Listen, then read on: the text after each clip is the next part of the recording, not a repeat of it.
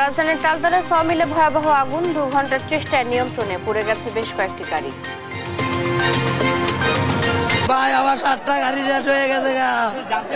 আমরা এখন পর্যন্ত কোনো আহত নিহতর সংবাদ পাইনি। ক্ষয়ক্ষতির পরিমাণটাও একটু আমাদের বিবেচনা করে বলতে হবে।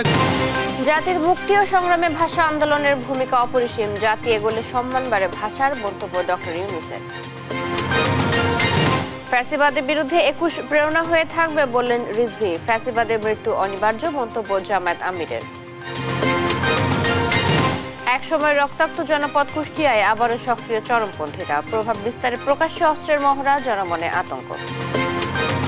পুরা 80-4 জন আমার মাথায় বন্দুক ধরে, ফোনটা কেড়ে নিয়ে করছে যে পায়ে গুলি কর, পায়ে গুলি কর। সুস্থভাবে একটা ব্যবসা যদি না করতে পারি তাহলে আমরা কি করে খাবো? ময়মনসিংহে out of school children education প্রকল্পে হরিলুট, কর্মকর্তাদের দুর্নীতি, 9 মাসের বেতন পায়নি শিক্ষকরা। বিনা টাকা পয়সায় যেন পড়তে পারে, একটা বাচ্চা আমাদের এরকম সুযোগ সুবিধা পায় নাই। কোনো বেতন, গড়ভাড়া, সোশ্যাল বেনিফিট, উপকরণ কিচ্ছু পাই নাই। 21 বছর ধরে বন্ধ বরিশাল পাবলিক লাইব্রেরি, সংস্কারে না করায় পরিণত ধ্বংসস্তূপে, শিক্ষা প্রসারে পুনরায় চালুর দাবি। এবং গাজা নিয়ে ট্রাম্পের পরিকল্পনা রুখে দিতে একজোট আরব নেতারা, রিয়াদের শীর্ষ সম্মেলন, যোগ দিয়েছে মিশর ও জর্ডান সহ 6 আরব দেশ। দেখছিলেন শিরোনাম, এবারে বিস্তারিত সংবাদ সকালে আপনাদের সাথে আছি চৈতি সরওয়ার। রাজধানীর খিলগাঁওয়ের তালতলা এলাকায় একটি সমিল ও গাড়ির গ্যারেজে ভয়াবহ অগ্নিকাণ্ড ঘটেছে। শুক্রবার রাত 8টার দিকে লাগা এই আগুন প্রায় 2 ঘন্টার চেষ্টায় নিয়ন্ত্রণে আনে ফায়ার সার্ভিসের 9টি ইউনিট।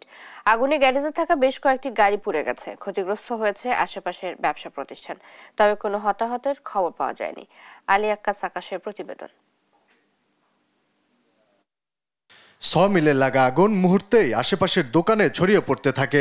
এ সময় সমিলের পাশে থাকা 15টির অধিক গাড়ির গ্যারেজে আগুন ছড়িয়ে পড়লে পুড়ে যায় বেশ কয়েকটি গাড়ি।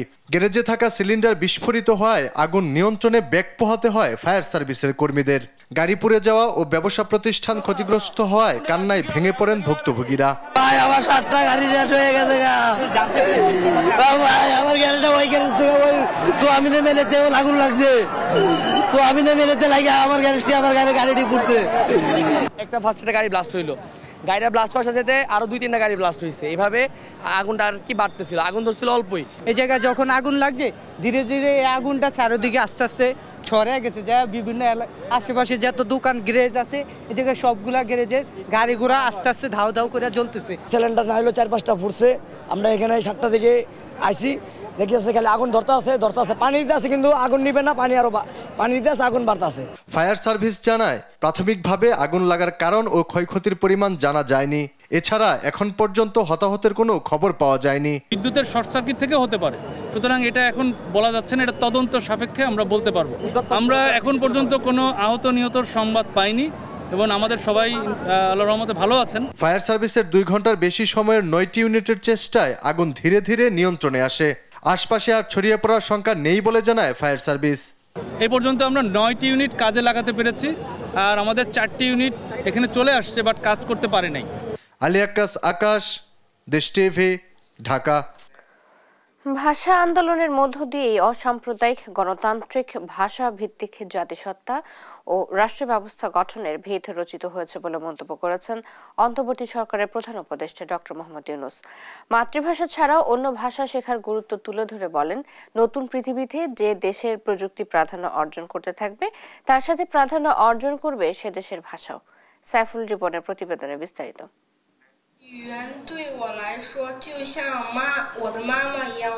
আন্তর্জাতিক মাতৃভাষা ইনস্টিটিউটে আন্তর্জাতিক মাতৃভাষা পদক প্রদান অনুষ্ঠানে প্রধান অতিথির বক্তব্য রাখেন অন্তর্বর্তী সরকারের প্রধান উপদেষ্টা ডক্টর মোহাম্মদ ইউনূস।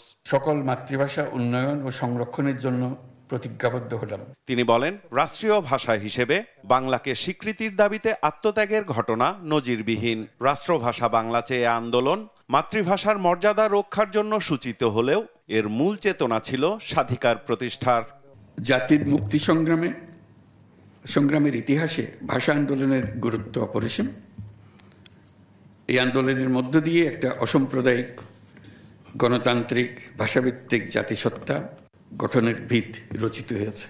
রাষ্ট্রভাষা বাংলা এই আন্দোলন বাঙালির মাতৃভাষা বাংলার মর্যাদা রক্ষার জন্য সূচিত হলেও এর মূল চেতনাটি ছিল স্বাধিকার প্রতিষ্ঠা করা। তা ছিল বাংলার রাজনৈতিক, অর্থনৈতিক ও সাংস্কৃতিক মুক্তির আন্দোলন। তাই বাঙালির কাছে ২১ মানে মাথা নত না করার দৃঢ় প্রত্যয়। ৫২-র ২১শে ফেব্রুয়ারি তাই শুধু বেদনার্থ অতীতকে স্মরণ করে অশ্রু বিসর্জনের দিন নয়, বরং এক অবিনাশী প্রেরণা, সকল ধরনের অন্যায়, অবিচার, ষড়যন্ত্রের বিরুদ্ধে রুখে দাঁড়ানোর বীজমন্ত্র।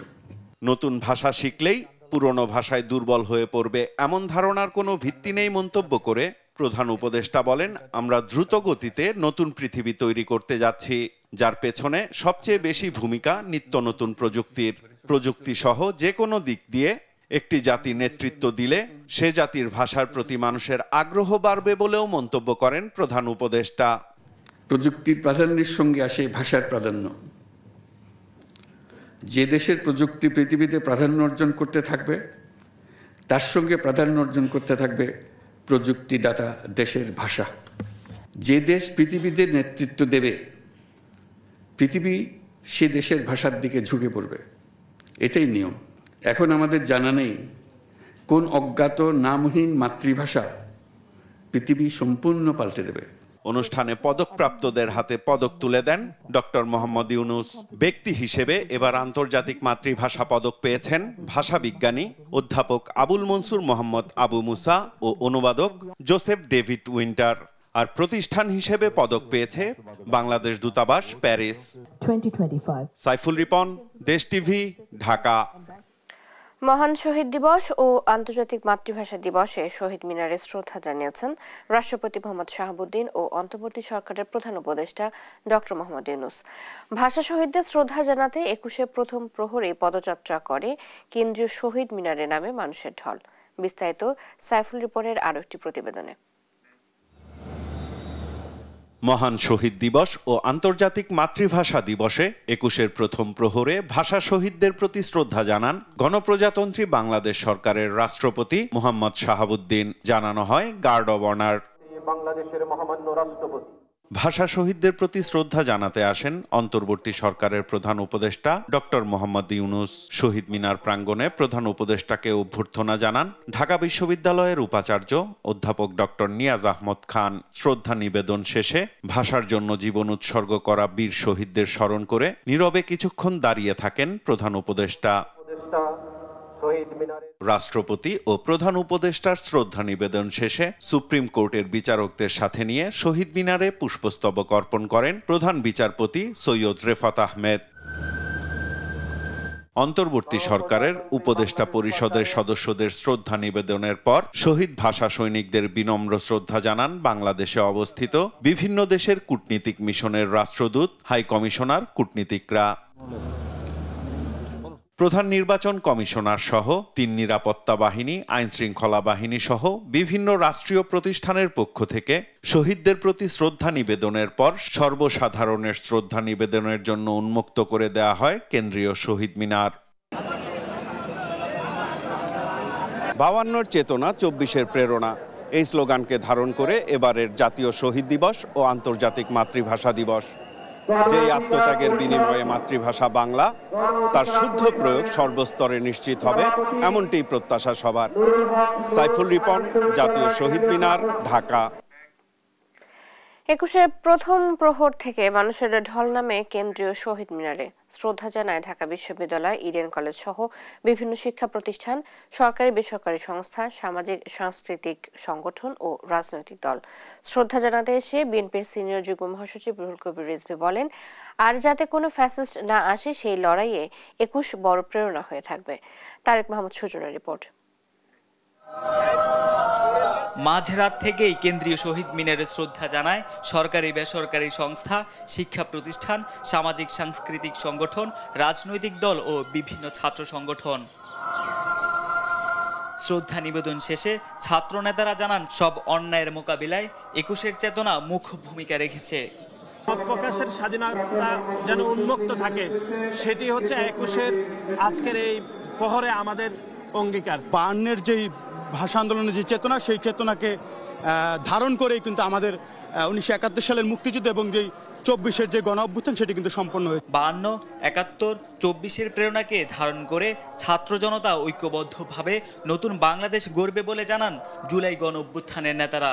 বাংলাকে যেভাবে রাষ্ট্রীয় ভাবে পৃষ্ঠপোষকতা করার দরকার ছিল, এখনো পর্যন্ত বাংলাদেশ সরকার সেটি করতে সমর্থ হয়নি। 24-এর অভ্যুত্থানের স্পিরিটকে ধারণ করে 52, 71 দ্বারা উজ্জীবিত হয়ে আগামীর বাংলাদেশ তরুণ প্রজন্মের নেতৃত্বে ছাত্র জনতা ঐক্যবদ্ধভাবে গড়বে। 21-এর চেতনা জাতি গঠনের প্রেরণা হিসেবে কাজ করে আসছে এবং আগামীতেও করবে এমন অভিমত রাজনৈতিক নেতাদের। ফ্যাসিবাদ বিরোধী সকল জনগোষ্ঠী আমরা আগামী দিনে সহ অবস্থান করার মাধ্যমে আমরা বাংলাদেশকে এগিয়ে নিয়ে যাব। বিএনপির পক্ষ থেকে শ্রদ্ধা জানাতে এসে দলের সিনিয়র যুগ্ম মহাসচিব রুহুল কবির রিজভী বলেন, আর যাতে কোনো ফ্যাসিস্ট না আসে সে লড়াইয়ে 21 বড় প্রেরণা হয়ে থাকবে। এই দেশে ছাত্র আন্দোলন, স্বাধিকার আন্দোলন, স্বাধীনতা সংগ্রাম এবং মুক্তিযুদ্ধ চূড়ান্ত পরিণতি লাভ করে আমরা জাতীয় স্বাধীনতা অর্জন করেছি। এই আন্দোলনের আবেদন আজকে বিশ্ববাসীকেও নাড়া দিয়েছে। দিবস কেন্দ্রিক নয়, মাতৃভাষার গুরুত্ব ও মর্যাদা দিতে হবে বছর জুড়ে, এমন মত দিয়েছেন শহীদ মিনারে শ্রদ্ধা জানাতে আসা নেতারা। তারেক মাহমুদ সুজন, দেশ টিভি, ঢাকা। জামায়াত দেশে বিশৃঙ্খলা সৃষ্টি করতে চায় না, তবে তাদের সাথে খেললে সেটি মেনে নেওয়া হবে না বলে হুঁশিয়ারি দিয়েছেন জামায়াতের আমির ডাক্তার শফিকুর রহমান। জাতীয় প্রেস ক্লাবে মহান শহীদ দিবস ও আন্তর্জাতিক মাতৃভাষা দিবস উপলক্ষে আলোচনা সভায় তিনি আরো বলেন, ফ্যাসিবাদের মৃত্যু অনিবার্য, তারা যতই ফিরে আসার চেষ্টা করুক প্রতিষ্ঠিত হতে পারবে না। তাইফুর রহমান তুহিনের প্রতিবেদন। জাতীয় প্রেস ক্লাবে মহান শহীদ দিবস ও আন্তর্জাতিক মাতৃভাষা দিবস উপলক্ষে আলোচনা সভার আয়োজন করে জামায়াত ইসলাম ঢাকা মহানগর দক্ষিণ। এতে অংশ নিয়ে বক্তারা বলেন, দেশে আর কোনো ফ্যাসিবাদের জন্ম হতে দেয়া হবে না। যারাই ফ্যাসিবাদী আচরণ করার চেষ্টা করবে তাদের দাঁত ভাঙা জবাব দিতে হবে।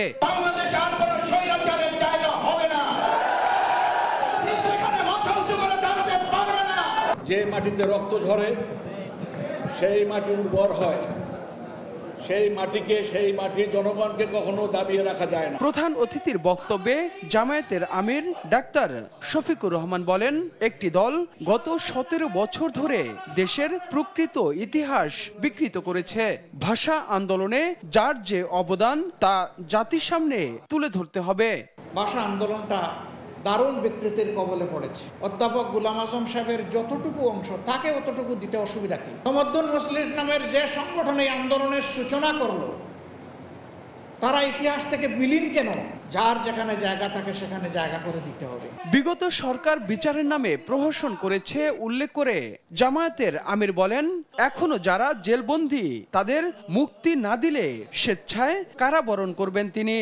ওই সময় যাদেরকে বন্দী করা হয়েছিল তাদেরকে মুক্ত করে দেওয়া হয়েছে, কিন্তু এর চাইতে বেশি জুলুম যাদের উপর করা হয়েছে তাদের একজন শুধু কেন জেলের ভিতরে থাকবেন? আমি নিজেও এখন এর প্রতিবাদে জেলে যেতে চাই। আমি স্বেচ্ছায় যাব, সরকার যেন আমাকে জেলে পাঠানোর ব্যবস্থা করে। জামায়াত দেশে বিশৃঙ্খলা সৃষ্টি করতে চায় না, তবে তাদের সাথে খেললে সেটি মেনে নেওয়া হবে না বলেও হুঁশিয়ারি দেন ডাক্তার শফিকুর রহমান। যেখানেই অন্যায় সেখানেই প্রতিরোধ। তাইফুর রহমান তুহিন, দেশ টিভি, ঢাকা। 2018 সালের রাতের ভোটের নির্বাচনের সময় দেশের 64 জেলায় দায়িত্ব পালন করা পুলিশ সুপারদের ওএসডি অথবা বাধ্যতামূলক অবসরে পাঠানো হবে বলে জানিয়েছেন যুব ও ক্রীড়া উপদেষ্টা আসিফ মাহমুদ। শুক্রবার সন্ধ্যায় ফেসবুকে নিজের আইডিতে দেয়া এক পোস্টে এ তথ্য জানান তিনি। উপদেষ্টা আসিফ বলেন, 2018 সালের রাতের ভোটের নির্বাচনে 64 জেলার দায়িত্বে থাকা এসপিদেরও ওএসডি অথবা বাধ্যতামূলক অবসরে পাঠানো হবে। এর আগে 2018 সালে অনুষ্ঠিত একাদশ নির্বাচনে রিটার্নিং কর্মকর্তা হিসেবে দায়িত্ব পালন করা 33 জেলা প্রশাসককে ওএসডি করেছে সরকার। বুধবার জনপ্রশাসন মন্ত্রণালয় থেকে এই সংক্রান্ত 6টি প্রজ্ঞাপন জারি করে জানানো হয়েছে, 2018 সালের বিতর্কিত নির্বাচনে জেলা প্রশাসক ও রিটার্নিং কর্মকর্তা হিসেবে দায়িত্ব পালন করেছেন এমন 33 জন কর্মকর্তা ওএসডি হলেন। একই কারণে 12 জন কর্মকর্তা এর আগে ওএসডি হয়েছেন।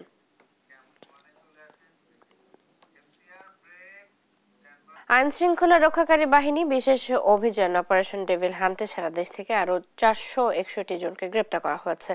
এছাড়া অন্যান্য মামলা ও ওয়ারেন্টের আরো 1189 জনকে গ্রেপ্তার করা হয়।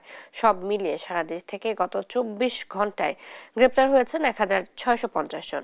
শুক্রবার বিকেলে পুলিশ সদর দপ্তর থেকে পাঠানো এক সংবাদ বিজ্ঞপ্তিতে তথ্য জানানো হয়। পুলিশ সদর দপ্তর জানিয়েছে, আসামি গ্রেপ্তারের পাশাপাশি অস্ত্র উদ্ধার করেছেন অভিযান পরিচালনাকারী কর্মকর্তারা। 24 ঘন্টার অভিযানে একটি বিদেশি পিস্তল ও 6 রাউন্ড গুলি সহ বিভিন্ন অস্ত্র উদ্ধার করা হয়।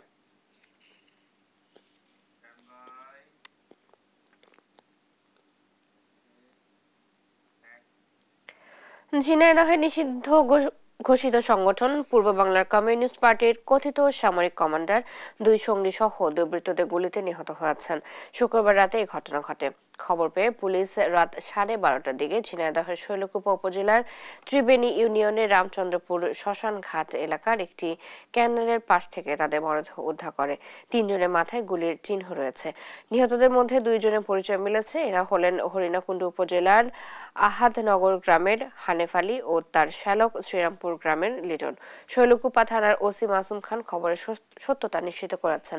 নিহত হানিফ মৃত্যুদণ্ডপ্রাপ্ত আসামি ছিলেন। প্রশাসনের মাধ্যমে জানতে পারি যে এখানে 3টি মার্ডার হয়েছে এবং হলো যে 2টা মোটরসাইকেল পড়ে আছে। ডেড বডির ঠিকানা আইডেন্টিফাই করেছে, তার নাম হানিফ। আমরা তদন্ত সাপেক্ষে আমরা আইনগত ব্যবস্থা নিব।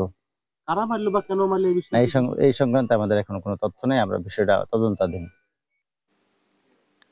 একসময় রক্তাক্ত জনপদ খ্যাত কুষ্টিয়ায় আবারও মাথাচাড়া দিয়ে উঠেছে চরমপন্থী সন্ত্রাসী বাহিনী। প্রভাব বিস্তারে সরকারি বেসরকারি দপ্তরে দিচ্ছেন প্রকাশ্যে অস্ত্রের মহড়া, করছেন গোলাগুলি, চালাচ্ছেন বোমা হামলা। ফলে উদ্বিগ্ন বিভিন্ন প্রতিষ্ঠানের কর্মকর্তা কর্মচারীরা। আতঙ্ক বাড়ছে জনমনে। পুলিশ বলছে সন্ত্রাসীদের আইনের আওতায় আনতে কাজ শুরু করেছেন তারা। ইরফান রানার ক্যামেরায় কুষ্টিয়া থেকে নাহিদ হাসান তিতাসের রিপোর্ট।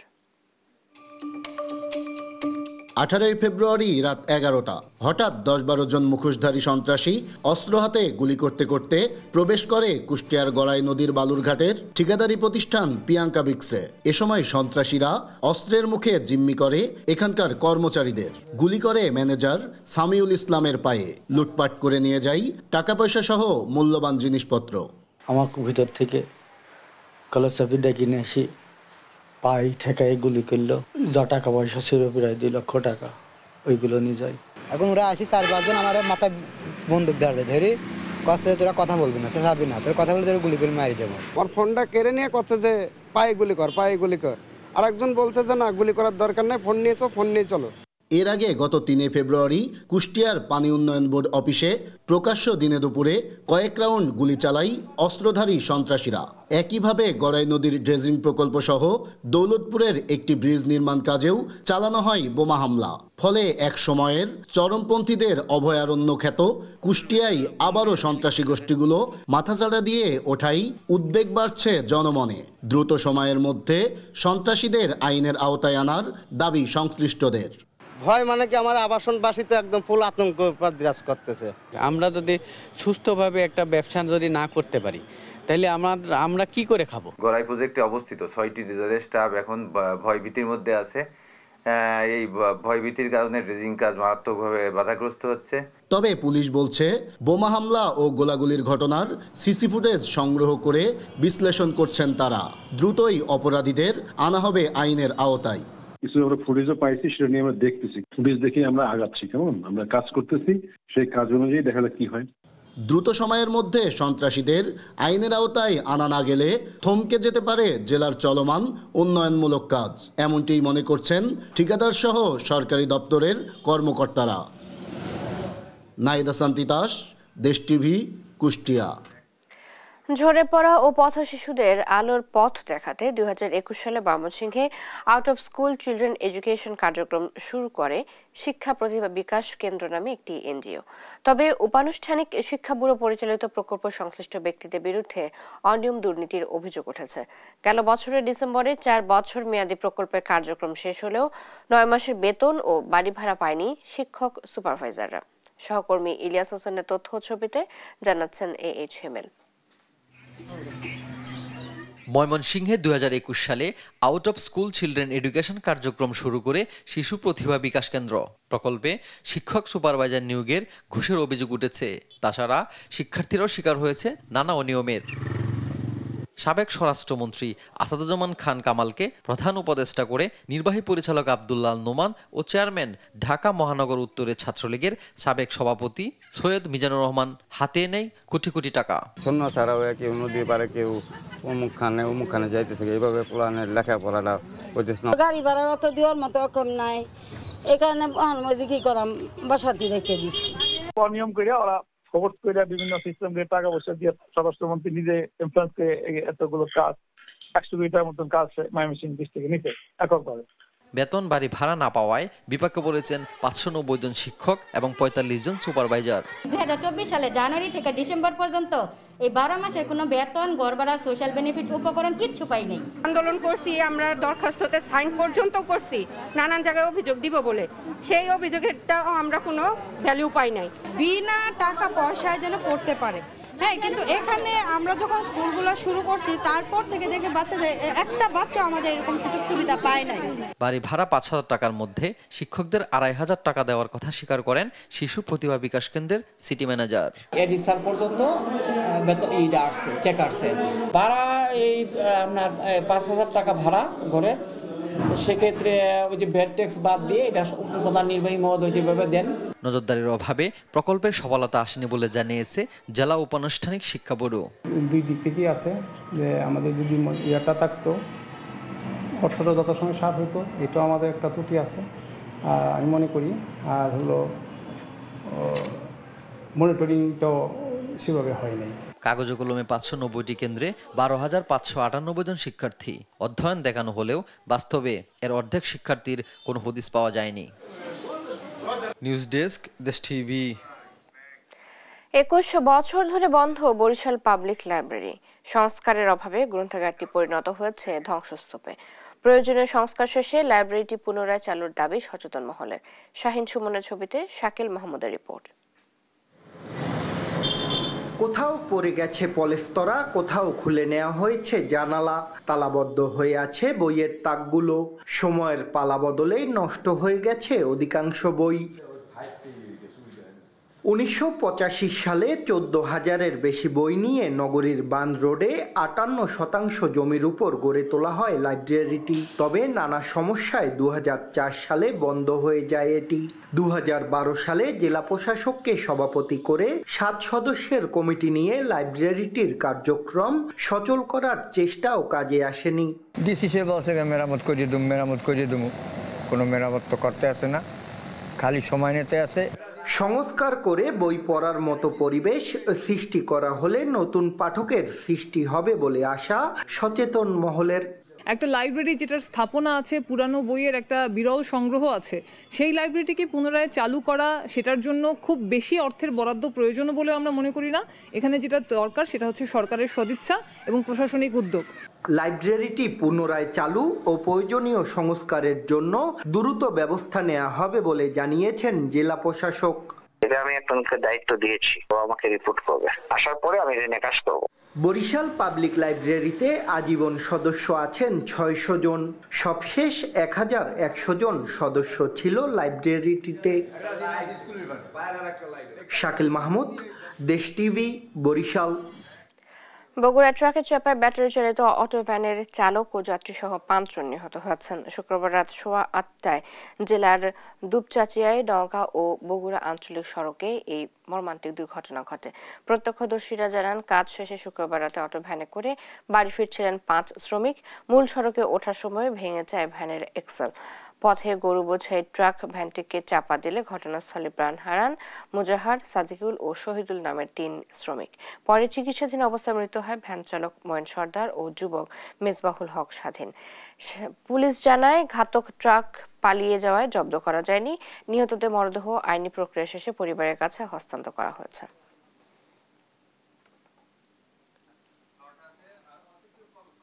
ট্রাকের সংঘর্ষে ভ্যানে 6 জন যাত্রী ছিল, স্পটে 3 জন মারা যায়। পরবর্তীতে আহত আরও 3 জনকে দুপচাচিয়া উপজেলা স্বাস্থ্য কমপ্লেক্সে নিয়ে আসা হয়। 3 জনের মধ্যে 2 জনের অবস্থা আশঙ্কাজনক হয়, তাদেরকে বগুড়া মেডিকেল কলেজে রেফার করা হয়েছে। ফায়ার সার্ভিসের 8টি ইউনিটে প্রায় 1.25 ঘন্টা নিয়ন্ত্রণে এসেছে রাজধানী বনানীর করাইল বস্তির আগুন। এর আগে শুক্রবার দিবাগত রাত 1:15টার দিকে অগ্নিকাণ্ডের সূত্রপাত হয়। খবর পেয়ে প্রথমে 5টি ও পরে ফায়ার সার্ভিসের আরও 3টি গাড়ি যুক্ত হয়ে আগুন নিয়ন্ত্রণে আনে। আগুনের ঘটনায় বেশ কয়েকটি ঘর পুড়ে ছাই হয়ে যায়, তবে স্থানীয় ও ফায়ার সার্ভিসের সদস্যদের তৎপরতায় আশেপাশে ছড়ানোর আগেই নিয়ন্ত্রণে আসে বস্তির আগুন। বস্তিতে বসবাসকারী অনেকেরই আগুন নিয়ন্ত্রণে প্রশিক্ষণ থাকায় বড় দুর্ঘটনা হয়নি বলে মন্তব্য করে ফায়ার সার্ভিস বলছে, পরবর্তী তদন্ত সাপেক্ষে আগুন লাগার কারণ ও ক্ষয়ক্ষতির বিষয়ে বিস্তারিত জানা যাবে।